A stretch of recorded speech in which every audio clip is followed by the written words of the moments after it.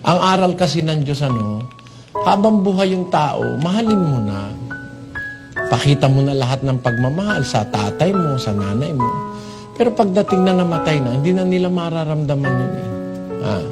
Wala ka nang magagawa rin sa na mararamdaman pa nila, maa-appreciate nila. Kaya ang sabi sa 6, tuloy natin. Maging ang kanilang pag-ibig, gaya ng kanilang pagtatanim, at ng kanilang pananaghili ay nawala ngayon. Nawala man silang anumang bahagi pa na magpakailanman sa anumang bagay na nagawa sa ilalim ng araw. Wala na pala silang bahaging anuman sa anumang ginagawa sa ilalim ng araw. So wala na tayong magagawa para sa kanila. Nothing can be done to a dead man or to a dead person. At alam mo, separate na yung daigdig ng patay at saka ng buhay.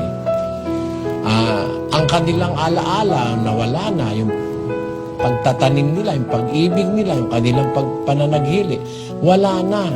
Wala na silang anumang bahagi pa magpakailanman sa anumang bagay na nagawa sa ilalim ng araw. So, it will be just a waste of time, money, effort, etc. Na maglagay ka pa ng bulaklak. Pagkapatay ng tao, ipagpasa Diyos na